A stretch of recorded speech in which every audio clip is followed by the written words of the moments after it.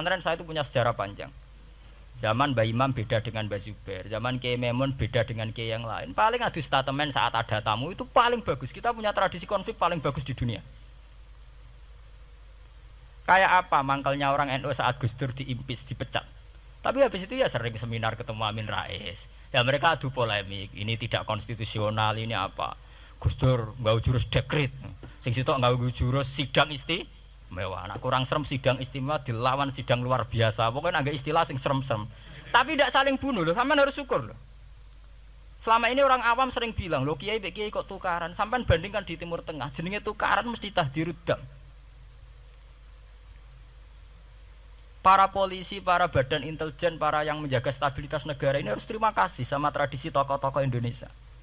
Yang namanya di Mesir, di Irak, di mana-mana jenenge tukaran mesti melibatkan pertumpahan darah. Saat Arab Saudi jadi Wahabi itu besar-besaran itu.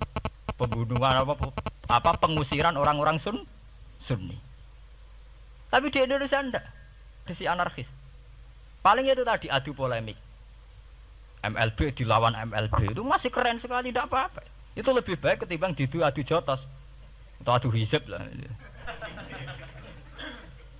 Itu masih bagus.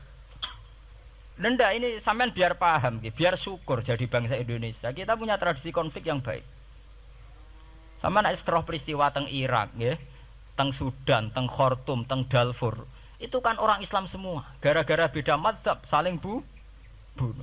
Di Mesir ya gitu, Ikhwanul Muslimin dengan pemerintah dan sebagainya. Hatta saya sebesar Sayyid Qutb, sing tokoh populer mohon gak budute mboten jelas. Di Indonesia bagus sekali. Kita menangi zaman secara sejarah ya. Kita menangi bedanya dulu Ahmad Hasan dengan tokoh-tokoh NU. Kulo nu menangi secara sejarah sering baca. Terus zaman anyar-anyarane NU asas tunggal bedanya Gus Dur dengan Kiai As'ad. Sak mangke bedane PKB dua versi. Mereka menyelesaikan secara beradab. Lewat pengadilan, kok pengadilan kalah lewat MA, beradab sekali. Kita harus bersyukur. Dibanding penyelesaian konflik kayak di Irak kemudian ngundang Amerika, akhirnya sekarang kacau balau. Di Timor Leste yang latihan bikin Ramos Hurta disuduk, Indonesia paling banter ngobong fotonya SBC. Ya masih terhormat lah, masih artinya masih beretika. Kita harus syukur punya bangsa yang beradab. Wong ras setuju antar kiai ya rasan-rasanan. Kiai kok ngono, sing tok kiai kok ngono. Engko sing kiai tengah-tengah ayo ana sing ngono ana sing ngene dadi. Sing ra melok-melok biasanya terus milih amane, ya ana sing ngono ana sing ngene. Saya itu berkali-kali ngaji. Sampean kalau sering baca Quran dan menghayati, artinya ora maca Quran pelang-pelang ora karepe, menghayati. Saya itu sekarang sesadar-sadarnya, saya masih belajar. Ini jamaah sini harus tahu. Saya hingga detik ini masih belajar. Entah itu lewat belajar baca Jalalain atau belajar merenung maupun belajar lewat yang lain. Quran itu dulu ya sering nyebut begitu itu saya tidak paham. Sekarang tuh saya paham, tambah paham. Misalnya di juz 4 ada istilah ikhwanan. Orang mukmin disuruh ingat peristiwa-peristiwa yang dulu saling kuntum a'daan fa'allafa baina qulubikum fa asbahtum bi ni'matihi napa ikhwanan. Dulu kamu bermusuh-musuhan yaitu antara kelompok Aus dan Khazraj. Gara-gara barokatul Islam sekarang kamu menjadi ikhwana. Menjadi bersaudara. Sampean kalau melihat TV merunut konflik di Irak, sering ada bom bunuh diri, itu kan ada asal usulnya. Memang sekarang orang menimpakan kesalahan itu pada pasukan multinasional yang dipimpin Amerika dan Inggris. Tapi sebetulnya ada usul-usulnya. Sampai Amerika bisa masuk karena orang Irak tidak ikhwanan. Tidak apa?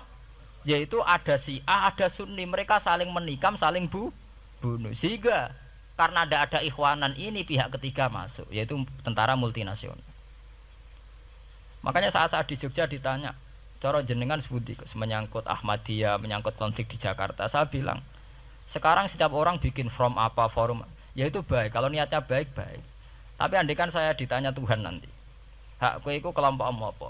Pokoknya angger NU atau Muhammadiyah ajak mayoritas, aku milih salah sitok itu. Bukan karena saya oportunis milih yang besar, itu lebih baik, lebih maslahat.